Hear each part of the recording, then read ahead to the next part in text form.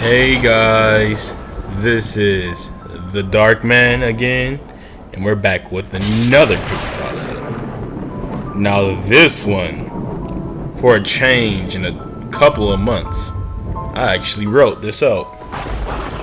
It's about a man who loses his job, ends up going bankrupt, has to pay a lot of bills, and he's looking for a job.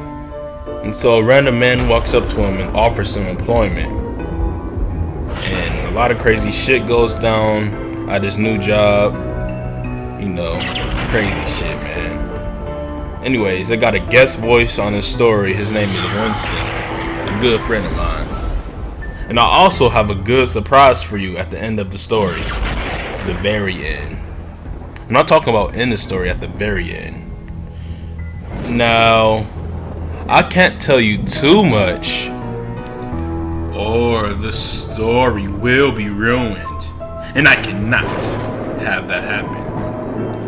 But now that it's nighttime, where your fear is the highest, just sit back, relax, eat your popcorn, or drink your Coke, or whatever the hell you're snacking on, and enjoy the story.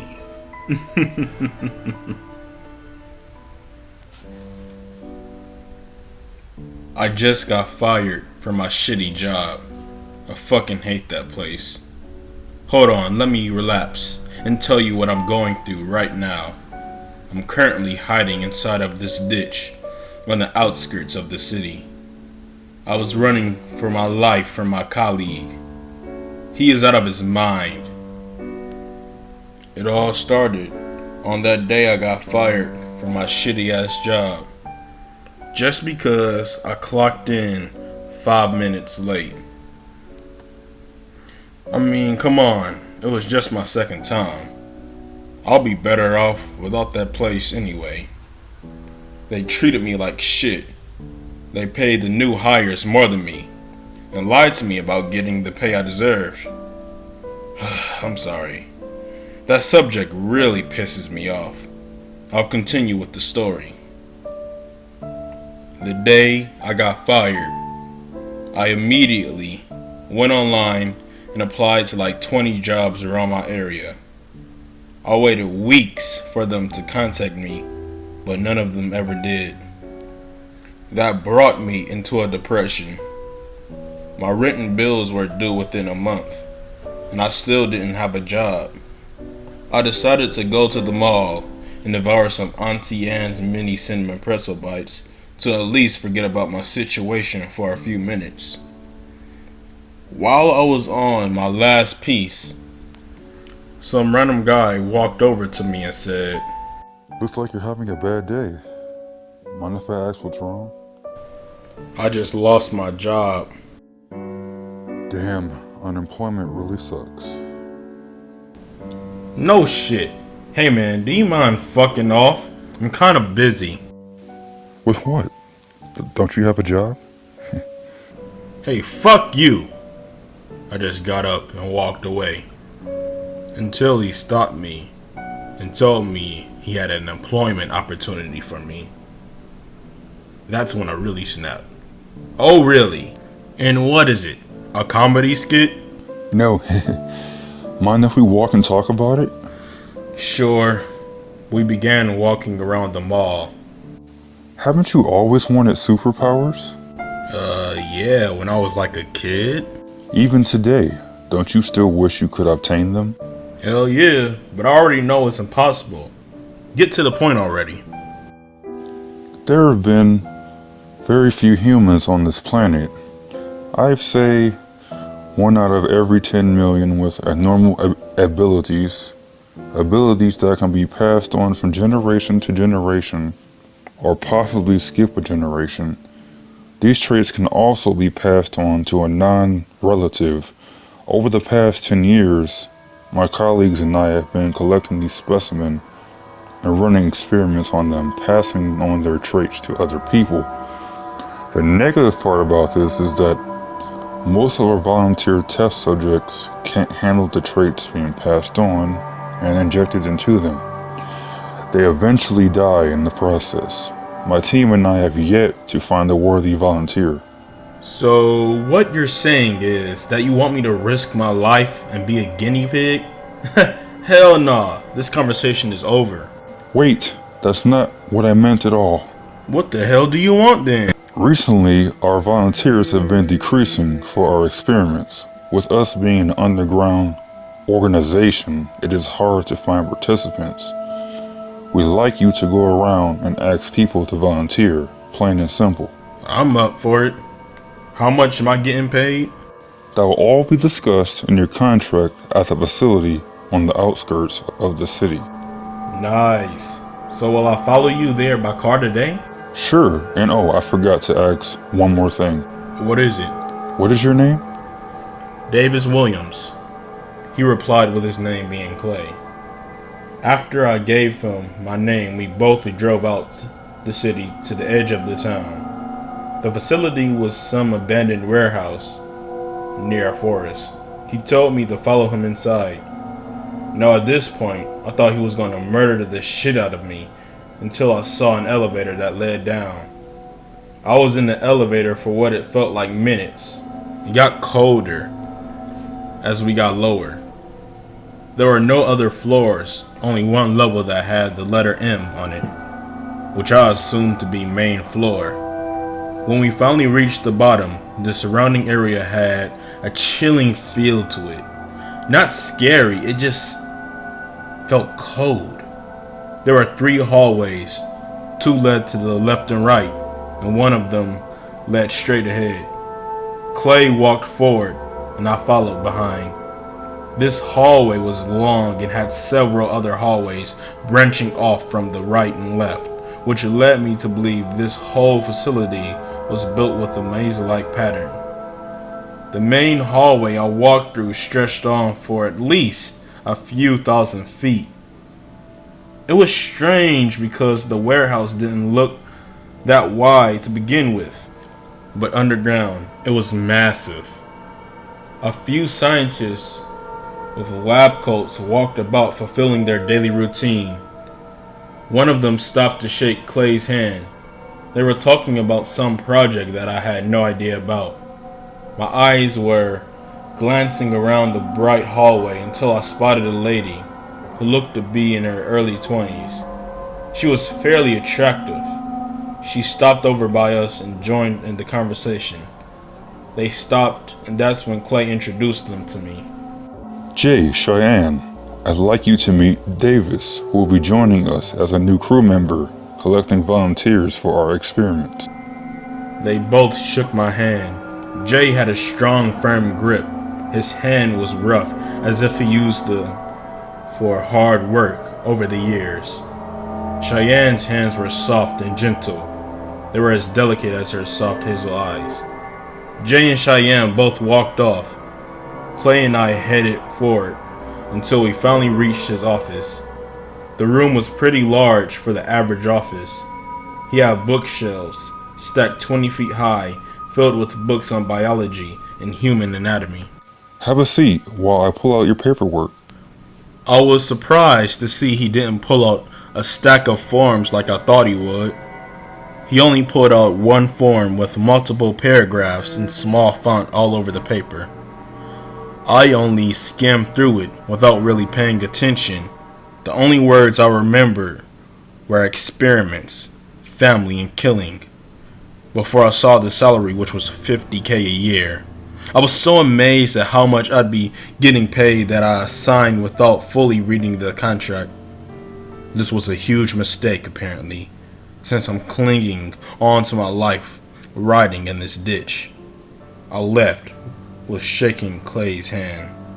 Thank you for joining Project Grounds. I will be seeing you next week.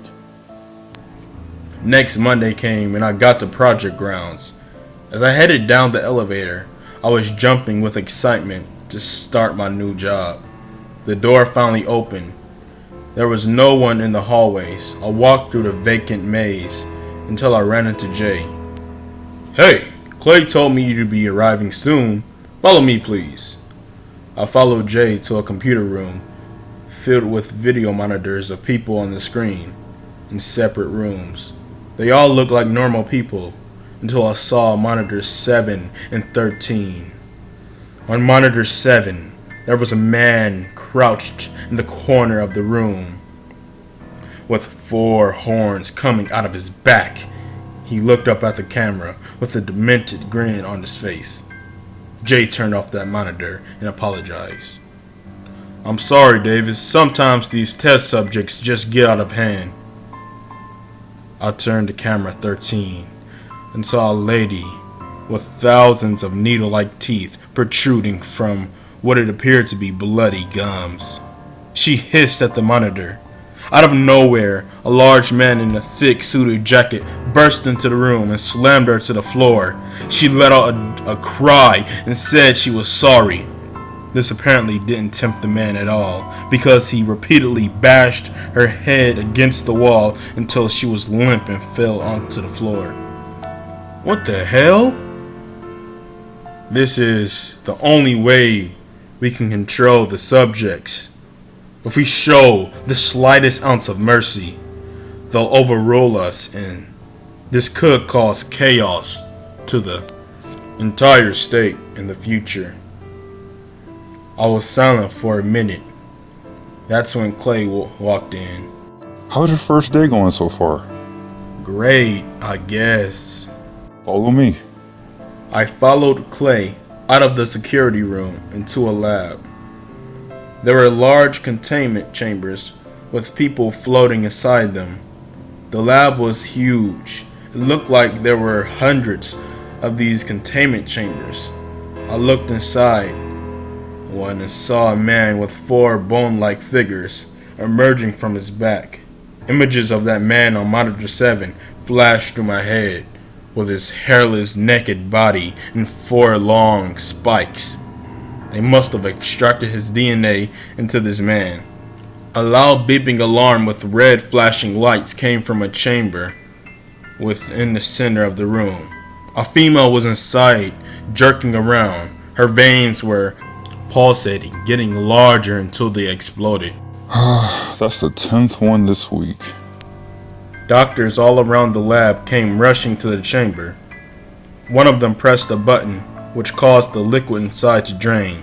When the chamber was empty, they put on biohazard suits, picked up the body, and carried it out of the lab. So Davis, when can you start collecting volunteers? Are you mad? Did you not see what happened to that woman? What do you think will make people want to risk their lives for this?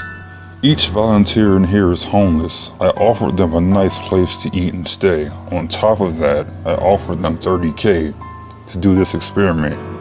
They all knew they were risking their lives, but still volunteered. I only looked in shock as to how he was so calm about this. Clay began walking out of the lab. I expect at least 4 volunteers a week. Anything less than that, then well, let's just say it won't be good for you. And with that, I was left alone in the lab, with nothing but silence occupying me. I thought back on what he said. It won't be good for me. What the hell was that even supposed to mean? 9 times out of 10 termination. I walked out of the hall and into the hallway with my hands in my pocket looking down, until I bumped into Cheyenne, causing her to spill coffee all over the floor. Oh shit, I'm so sorry. Here, I'll get some paper towels. It's okay. You're the new guy, Davis, right? Yeah, I extended my hand to shake hers. Hey, if you don't have any plans for break, you want to grab some lunch at this burger place? Sure. I love burgers.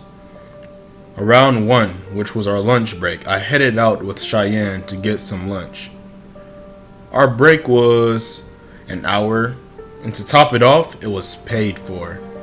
The only cons I saw about this job was the fact that we basically kill people. So, what made you want to work with us? I'm broke as hell and I need the money. You do see we pretty much kill people, right? Yeah, but it's their choice to volunteer, and like I said, I'm broke as hell and need the money. Shit, I understand. Yep, how about you? Clay and I were colleagues back in college.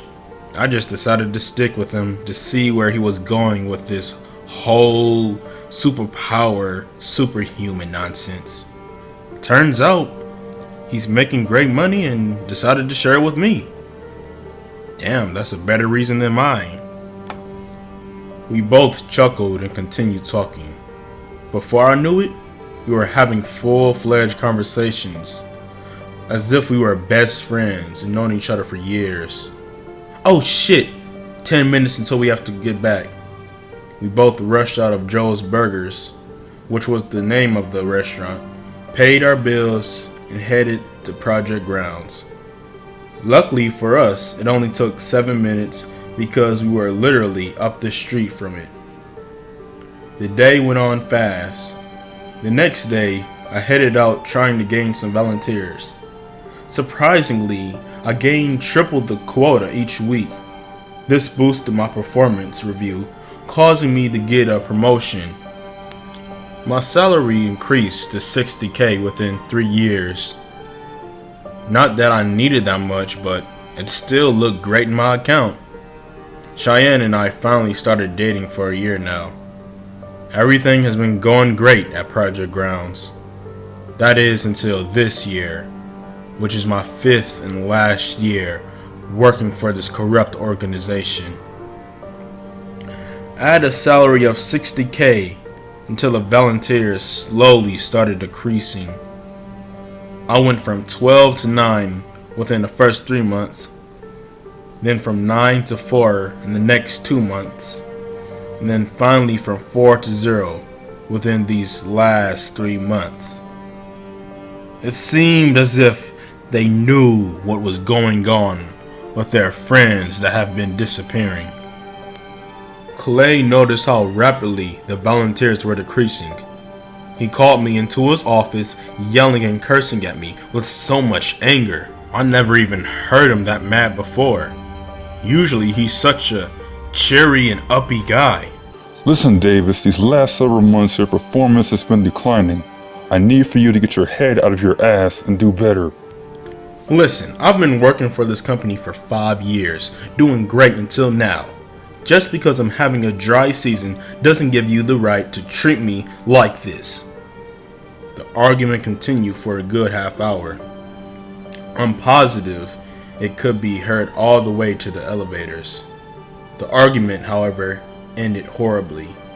That piece of shit dropped my salary lower than when I first had started. He dropped it to $40K. This pissed me off so much that I cursed out everyone in the hallways on my way out. I called Cheyenne that night and told her all that had happened. She invited me over. As soon as I walked in, she laid me on her bed. Now I know what you sick fucks are thinking, but I'm not telling you about my sex life. Nothing sexual happened. So get your hands out of your pants and put the lotion down.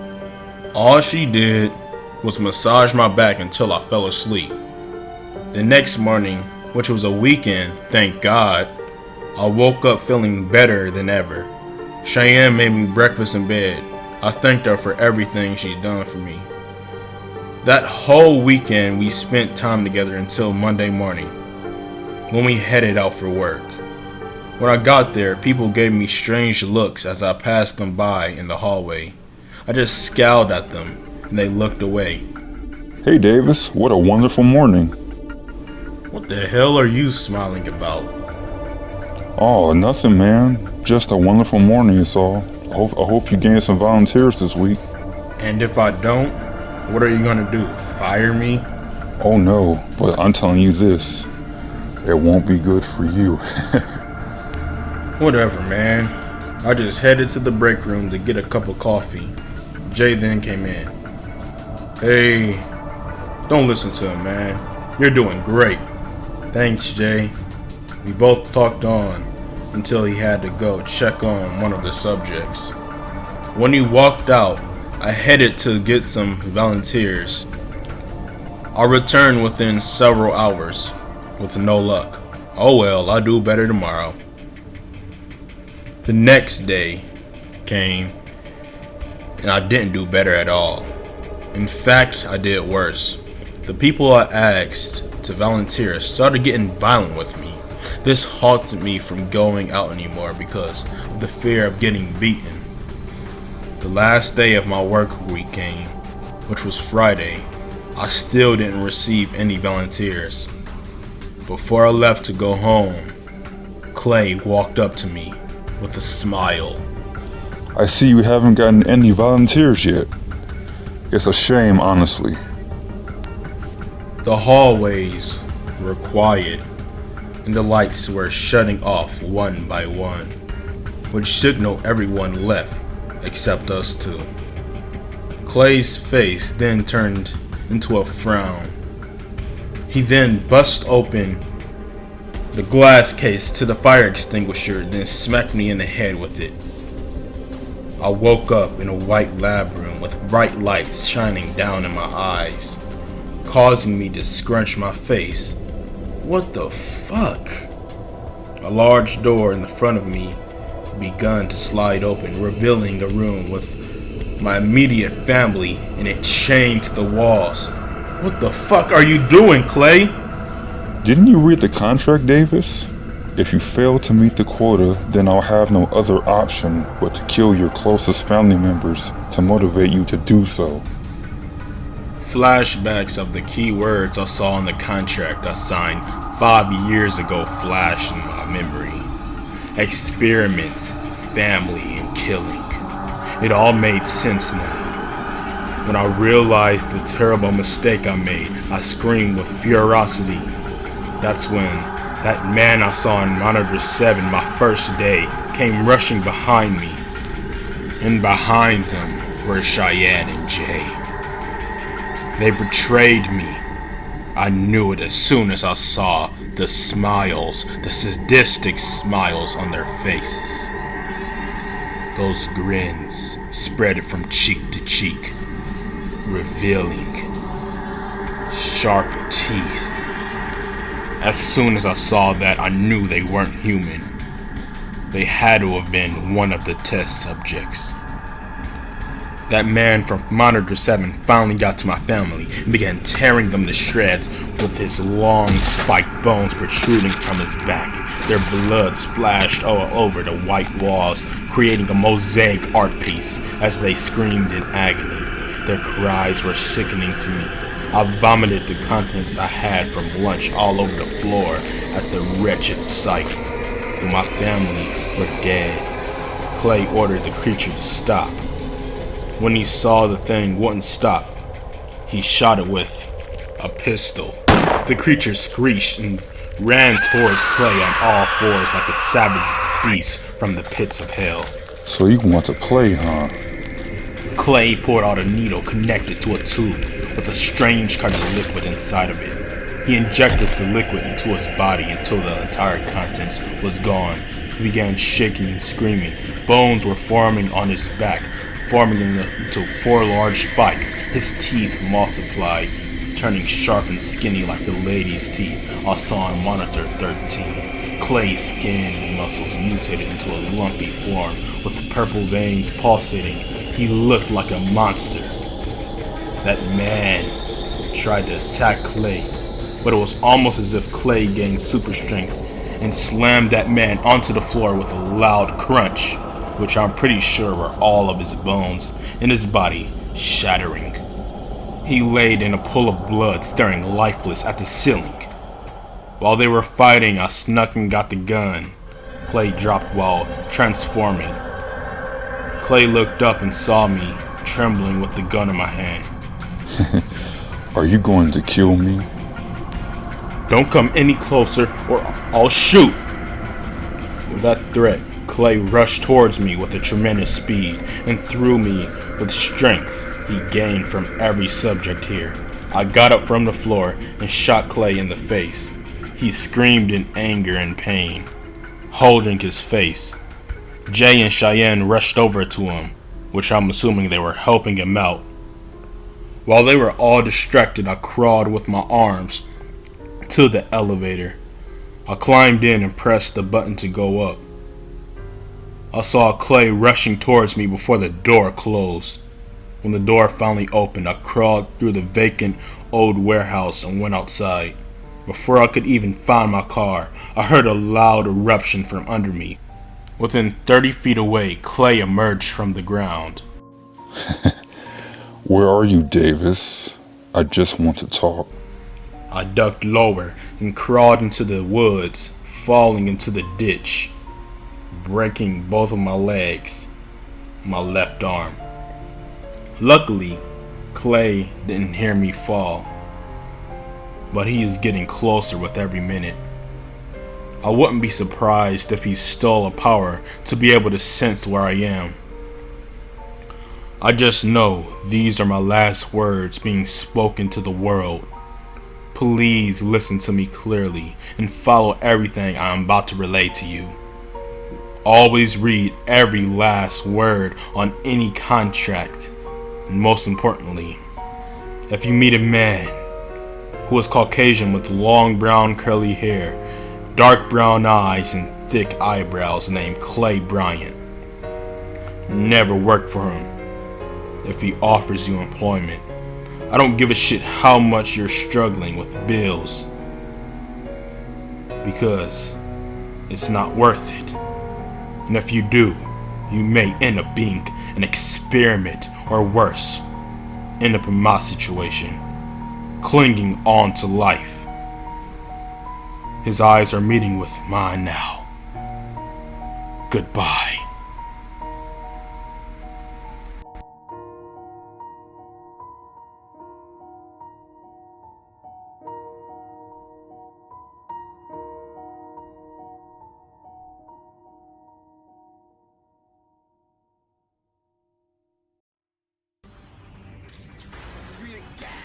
Hey guys, it's the Dark Man again, and I hope you enjoyed the story. But the surprise I have for you is coming up this Halloween. I'll be doing my first special, and I won't be writing for at least a couple of months, writing any good stories until, of course, October 31st. And I'm looking for people to collab with. So, if you want to collab, comment below. Shit. Alright then. I'm out, nigga.